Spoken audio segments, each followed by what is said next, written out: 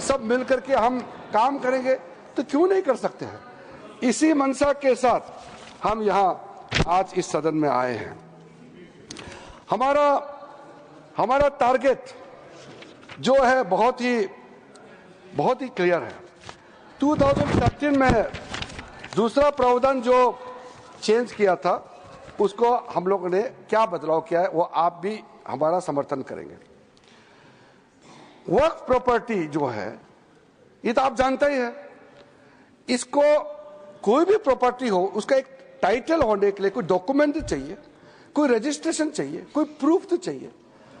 अगर वक्फ by user के नाम में अगर हम वर्बली कह देंगे कि इतने साल पहले 500 साल पहले हमारा बाप दादा या फलाना फलाना ने ऐसा किया था, ये जमीन ये हमारा वक्फ जमीन है, तो ठीक आप क्लेम कीजिए, मगर कुछ तो दिखाना पड़ेगा सर, कुछ डॉक्यूमेंट होना पड़ेगा। तो वक्फ बाय यूजर ये जो हमने ऐसे आप आर्बिट्ररी नहीं कर सकता है। साथ साथ सेक्शन 40 में वक्फ बोर्ड किसी भी जमीन को अगर क्लेम करता है तो सीधा वक्फ बोर्ड डिक्लेयर किया जाता था, उसको हमने हटा दिया है। ये बहुत जरूरी था। अदरवाइज इसके बाद अगर आप 2013 में कितना वक्फ प्रॉपर्टी था, आज 2025 में कितना वक्फ प्रॉपर्टी का संख्या में जंप हो गया, तब आप पता चलेगा कि ये सेक्शन का कितना इसका दुरुपयोग किया गया है। लेकिन साथ साथ में हम लोग ने संरक्षण भी दिया है कि वक्फ बाय यूजर में जो वक्फ प्रॉपर्टी ऑलरेडी रजिस्टर्ड है, जो सेटल्ड केस है, हम उसको रेट्रोस्पेक्टिव जाकर के उसको हम छेड़छाड़ नहीं करेंगे। ये प्रोस्पेक्टिव इफेक्ट होगा। हाँ, अगर कोई डिस्प्यूटेड है, कोर्ट में पेंडिंग है, बातचीत चल रहा है, डिस्प्यूटेड है, तो जाहिर सी बात है सर कि कोर्ट का अधिकार को तो हम यहाँ खत्म नहीं कर सकता है। तो इसीलिए unless the property is disputed, all those land, those property, work property which are registered, which has a proper documentation, they will remain so, और इसका अधिकार राज्य सरकारों का है। Land is a state subject, तो भारत सरकार, केंद्र सरकार तो कुछ कर नहीं सकता है, वो राज्य सरकार को ही अथॉरिटी दिया है। अब महिलाओं का अधिकार को लेकर के, बच्चों का अधिकार को लेकर के सब कहते हैं। मैंने कहा कि वक्फ औलाद का इतिहास बहुत पुराना है। राइट ऑफ इनहेरिटेंस का आप अलग अलग तरीके से इंटरप्रिटेशन भी करते आए हैं। तो हमने ये सुनिश्चित किया है कि जो विडोज है, जो डिवोर्स वुमेन है, ऑर्फन है, जो यतीम बच्चे हैं, उनके लिए संरक्षण तो होना चाहिए। माननीय सभापति महोदय, तो हमने ये प्रावधान किया है कि जो प्रॉपर्टी मेरा है, अगर मैं एक मुसलमान हूं, मैं वक्फ क्रिएट करना चाहता हूं, लेकिन मैं उसी प्रॉपर्टी को ही वक्फ कर सकता हूं जो मेरा अधिकार है। साथ साथ उस प्रॉपर्टी में जो महिला का अधिकार है उसको मैं छेड़छाड़ नहीं कर सकता हूं। महिला का अधिकार को सुरक्षित रख करके ही मैं अपना मर्जी से मेरा जो अधिकार है उसको हम वक्फ क्रिएट कर सकता है, ताकि कोई महिला ऐसा ना हो कि परिवार में इतना प्रॉपर्टी है लेकिन उसको कोई उसका अधिकार ही ना हो। तो ये सुनिश्चित करना बहुत जरूरी है। इस 21वीं सदी में इतना प्रोग्रेसिव थिंकिंग तो सब कोई होगा। मैं आपको नहीं कह रहा हूं कि आपका ऐसा सोच नहीं है, हम लोग सब एक समानता सोच के साथ आगे बढ़ रहे हैं। 2 मेजर अमेंडमेंट हम जो लेके आया है उसमें भी मैं मानता हूं आप समर्थन करेंगे। एनी मॉन्यूमेंट्स, कई मॉन्यूमेंट्स हमारे देश में protected areas under ancient monuments preservation act 1904 और ancient monuments and archaeological sites and remains act 1958 declared as work properties under this act or under any previous act shall be void। कोई हमारा archaeological site जो हमारा राष्ट्र का property है, इसको आप छेड़खानी नहीं कर सकता है। दूसरा, हमारा देश में करोड़ों आदिवासी शेड्यूल्ड ट्राइब्स, हम लोग सब मानते हैं कि इंडिजिनियस जो शेड्यूल्ड ट्राइब होते हैं उसका संरक्षण होना चाहिए।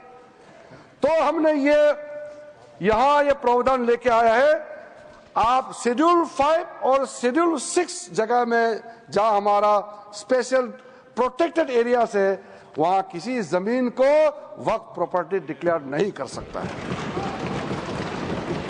ये सेक्शन 4 क्लॉज 4 सेक्शन 3E में हमने प्रावधान रखा है। मैं मानता हूं कि हमारा देश में जितने आदिवासी भाई बहन हैं उनके लिए आदरणीय मोदी जी का तरफ से और हम सब का तरफ से ये बड़ा सौगात होगा। सर, ट्राइब्यूनल में हमने कुछ बदलाव किया है। हमारा ज्वाइंट पार्लियामेंट्री कमेटी का भी सुझाव आया था।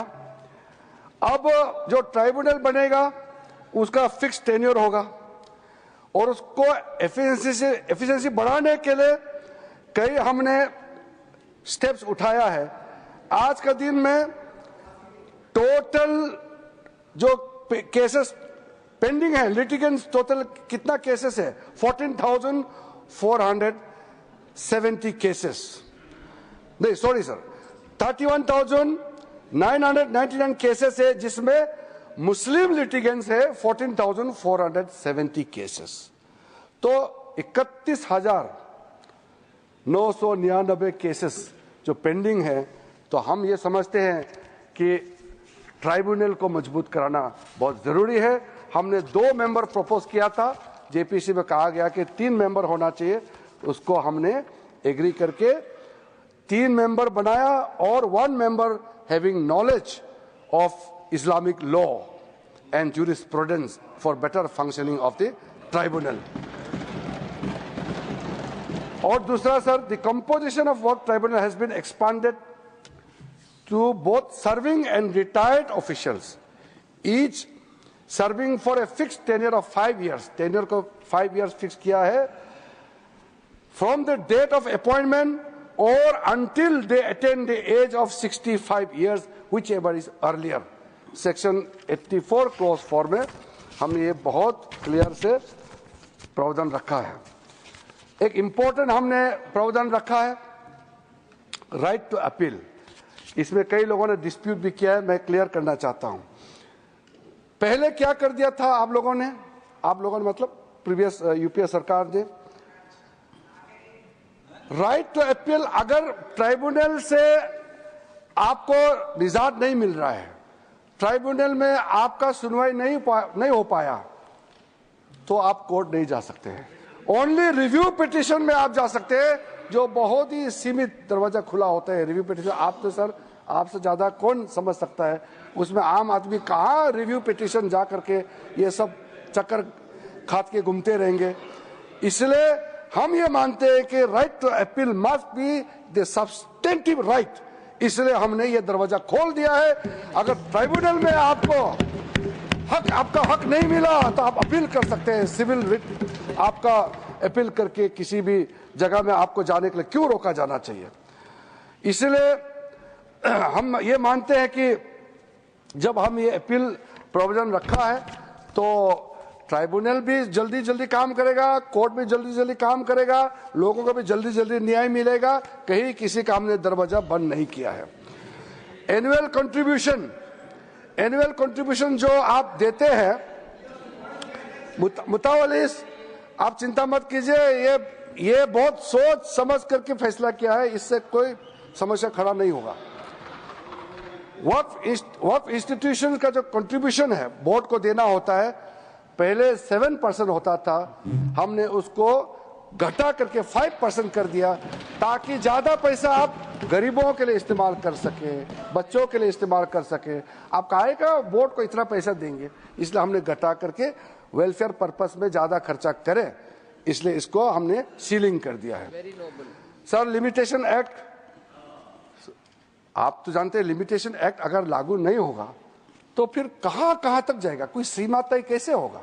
इसलिए हमने जब ये कानून पारित होगा, सरकार का अगर लैंड है तो उसका लॉ ऑफ लिमिटेशन के हिसाब से 30 इयर्स का प्रावधान रखा है, अगर प्राइवेट लैंड है तो 12 साल का हमने प्रावधान रखा है। मैं मानता हूं कि ये बहुत ही रीजनेबल हमने लॉ ऑफ लिमिटेशन को यहां अप्लाई किया है, और जिस दिन से ये एक्ट पारित होगा, एनफोर्स होगा, उसी दिन से ये हिसाब उसका गिनती शुरू किया जाएगा। सर, जो सेक्शन 40 का मिसयूज होने का कारण से जो एक ऐसा माहौल पैदा हो गया था, मेरे घर में कम से कम कितना डेलीगेशन पिटीशन आ चुके हैं।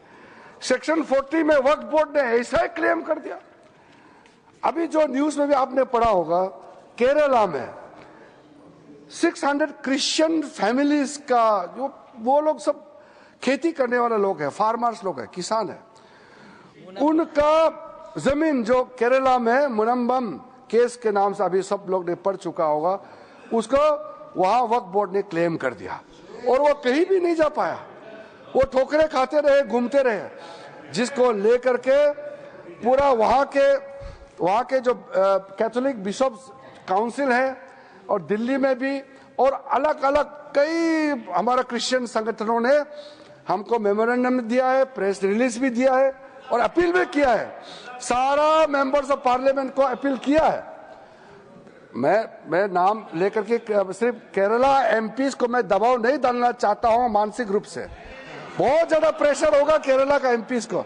ये तो सबके लिए अपील किया है कि जो बड़े हमारे चर्च के जितने भी बड़े बड़े बॉडीज हैं, उन्होंने अपील किया है कि अपना विवेक का इस्तेमाल करें और सारा मेंबर्स ऑफ पार्लियामेंट इस वक्त अमेंडमेंट बिल को समर्थन करना चाहिए।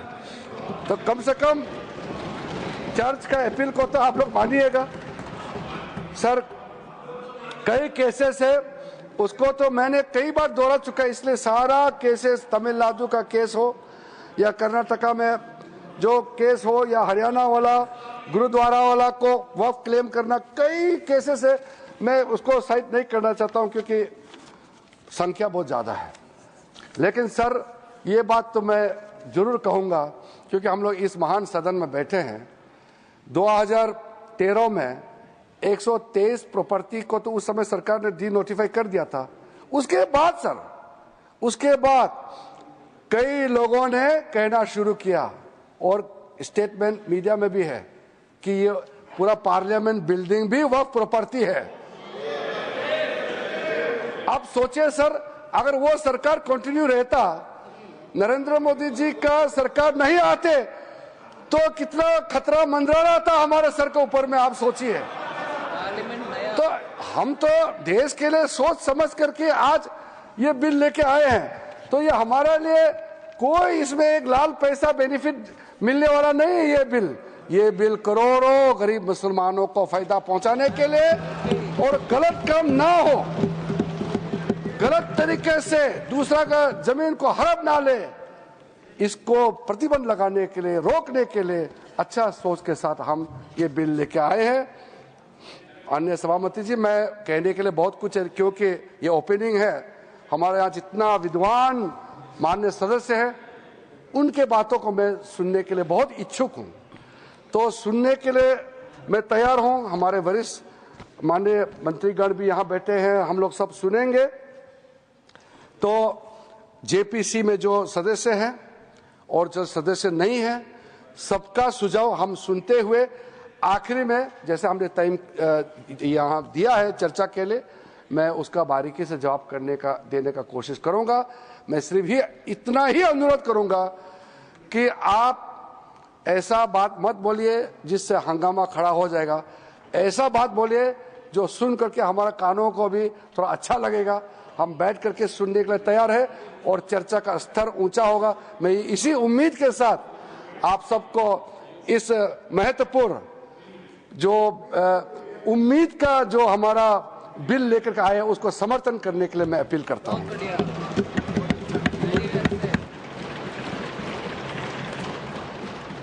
Motion moved. The motions for consideration of the Waqf Amendment Bill 2025 and the Mussalman Waqf Repeal Bill 2025 are now open for discussion. I now call upon the members whose names have been received for participation in the discussion. Dr. Syed Nasir Hussain, 20 minutes.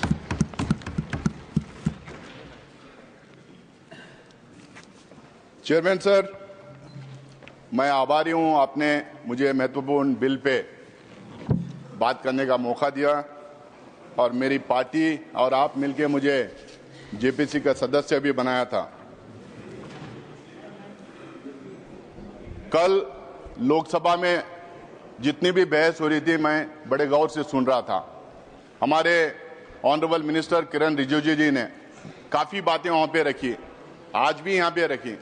कल हमारे देश के गृह मंत्री भी वहाँ पे काफ़ी बात रखी। उन्होंने कहा कि ये बिल 2025 का नहीं आता अगर 1995 का एक्ट और 2013 के अमेंडमेंट्स नहीं आते। मैं आपके माध्यम से पूरे देशवासियों को ये बताना चाहता हूं, जब 1995 में ये बिल आई थी और 2013 में जब ये अमेंडमेंट्स आए थे, जो आज भारतीय जनता पार्टी एक क्लेम कर रही है कि कांग्रेस पार्टी ने ये ड्रैकोनियन लॉस लाई थी, कांग्रेस पार्टी ने एक कम्युनिटी को अपील करने के लिए लाई थी, ये कॉन्स्टिट्यूशन से परे है। ये जो आज बड़ी बड़ी बात ये कर रहे हैं और इसका बेसिस बनाया आज के बिल का, मैं इनसे पूछना चाहता हूं कि 1995 में आप क्यों इस बिल का समर्थन किए थे।